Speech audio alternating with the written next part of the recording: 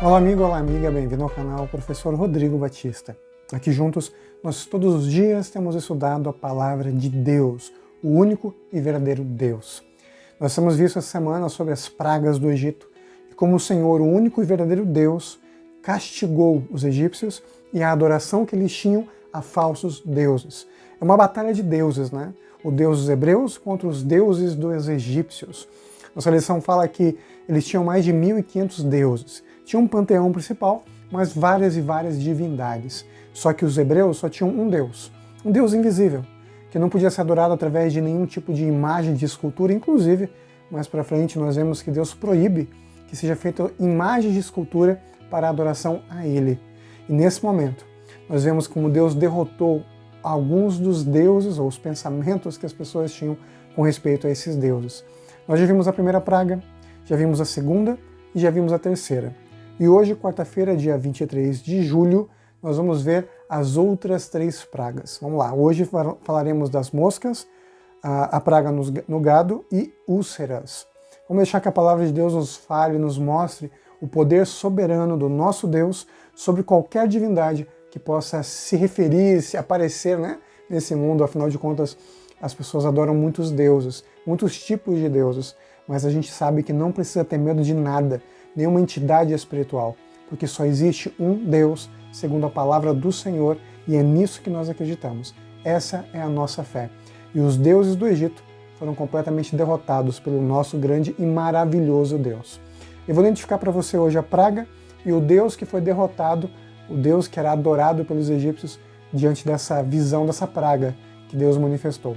Vamos então à quarta praga, a praga das moscas.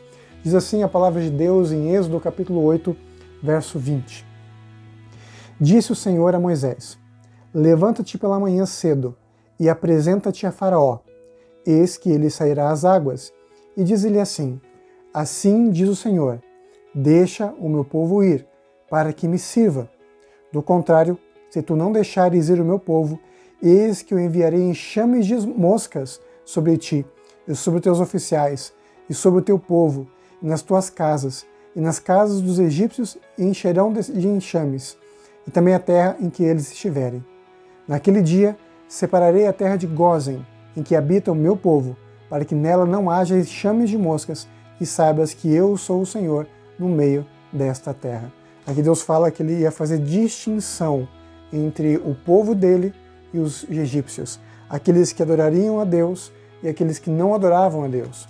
E aí nós temos então a praga que acontece. Veio então a praga das moscas, um enxame terrível sobre a terra do Egito. Mas não havia nada na terra de Gósen, que era chamada de terra de Avares, onde o povo de Israel habitava. Deus fez separação.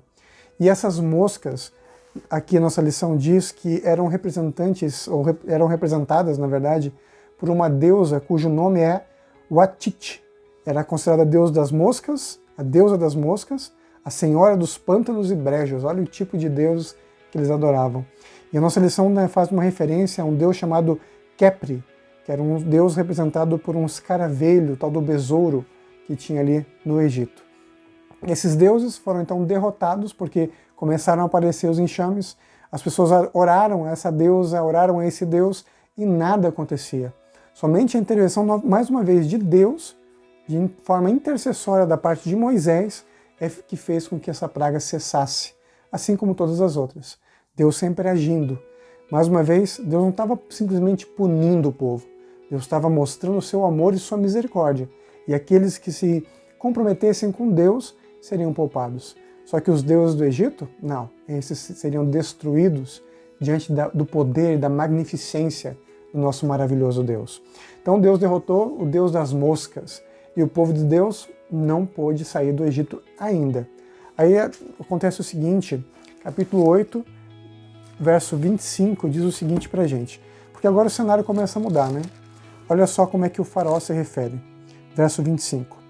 Chamou o faraó Moisés e Arão e disse: Ide, ofereceis sacrifícios ao vosso Deus nesta terra. Agora, finalmente, o faraó permite que o povo de Deus adore o Senhor. Só que ele quer que seja feito isso na terra do Egito. Só que isso não era o plano de Deus. O plano de Deus era que seu povo fosse liberto e fosse para Canaã. E não que o adorasse no Egito. Ainda mais que os sacrifícios que eram feitos a Deus, os animais, bezerros e tudo mais, eram abominação para os egípcios, porque eram símbolos dos deuses que eles também adoravam. Então não era uma coisa que realmente funcionasse. Mas pela primeira vez na história, nós vemos aí o faraó se abrindo para uma negociação. Claro que Deus rejeitou essa negociação e as pragas continuaram. Por quê? Porque o faraó não quis obedecer. Ele quis dar o seu jeitinho, mas ele não quis ouvir o Deus dos céus. E continua o texto bíblico quando vem para a gente então a quinta praga. Disse o Senhor a Moisés, capítulo 9, verso 1. Apresenta-te a Faraó e diz-lhe, assim diz o Senhor, o Deus dos hebreus, deixa ir o meu povo para que me sirva. Sempre Deus se apresenta dessa forma para o Faraó, né? Deixa o meu povo ir, o Senhor, o Deus dos hebreus. Vamos lá. Porque se recusares, verso 2, deixá-los ir, e ainda por fora os detiveres, eis que a mão do Senhor será sobre o teu rebanho, que está no campo, sobre os cavalos, sobre os jumentos, sobre os camelos, sobre o gado e sobre as ovelhas com pestilência gravíssima. E o que acontece, de acordo com o texto bíblico? Bom, acontece que o gado do Egito foi destruído. Essas úlceras e doenças começaram a atingir, então, essa praga, os animais. Só que o faraó mandou ver como é que estava acontecendo na terra dos hebreus, aí no capítulo 9, verso 7, e ele descobriu que nada havia acontecido com o rebanho dos hebreus. E isso, diz o texto bíblico, fez com que o coração dele se endurecesse ainda mais contra o povo de Deus. Quais foram os deuses derrotados aqui? Nós temos duas divindades principais que tinham assim semelhanças com o touro, o bezerro, ou vaca, né? Que eram animais ali que eram gado do Egito. Nós temos ali a deusa Hathor, que é a deusa egípcia do amor e da proteção. Ela era retratada com uma cabeça de vaca. E o deus Apis, também, que era um deus gado, um deus vaca, um deus boi, né? Bovino, o deus touro, também adorado principalmente na cidade ali de Mênfis, que era próxima à região em que o povo de Israel habitava naquele momento, a terra de Avares. Esses deuses, mais uma vez, foram derrotados porque eles não puderam proteger o gado, os animais, os bovinos, do poder do Deus dos hebreus. Então nós temos aí pelo menos umas 4 divindades que foram ali jogadas no chão. Suas estátuas foram quebradas diante do poder do único Deus soberano que não tinha imagem. É um Deus invisível, mas aqueles que acreditam pela fé podem ter o seu poder em suas vidas. Depois disso tudo, nós temos então a 7ª praga. Diz o texto bíblico, aliás, desculpa, a 6ª praga, né? Já estou me adiantando. A 6ª praga, no capítulo 9, a partir do verso 8, diz assim: Então disse o Senhor a Moisés e Arão, apanhai mãos cheias de cinza de forno, e Moisés atire-a para o céu diante do faraó.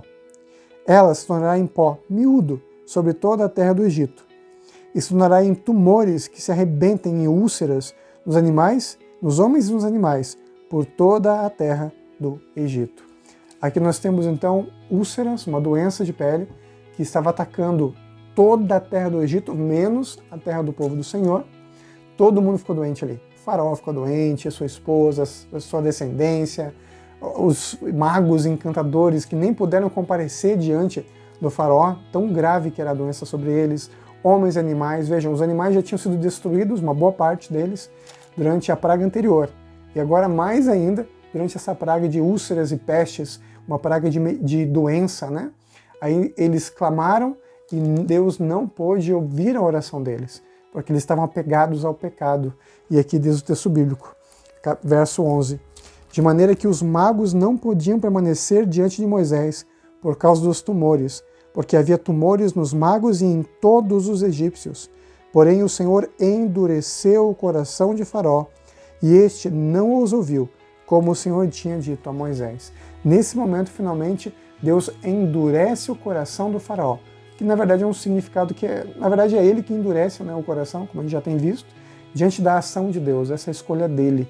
Deus age, então é como se Deus estivesse endurecendo o coração dele, porque ele não permite ouvir o Espírito Santo, a voz de Deus na sua vida, no seu coração.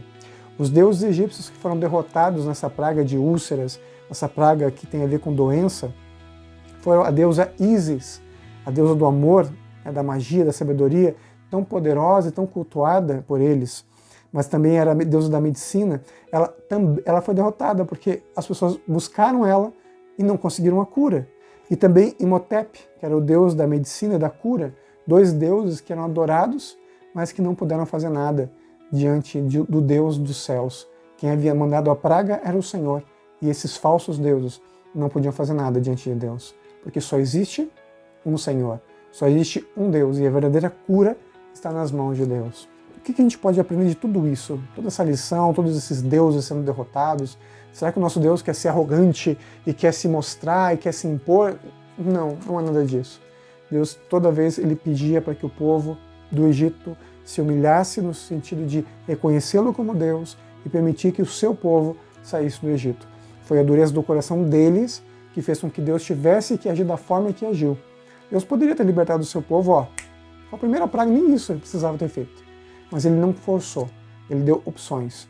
E o apego ao pecado fez com que eles sofressem tanto. A arrogância, o apego, quando nós nos tornamos nossos próprios deuses, isso fez com que as pessoas se endurecessem, cometessem pecados gravíssimos diante de Deus, até contra o Espírito Santo, e então Deus não pôde trabalhar muito no coração deles. Mas continuou livrando e trabalhando no coração daqueles que pudessem ouvir a sua mensagem e finalmente libertou o seu povo do Egito.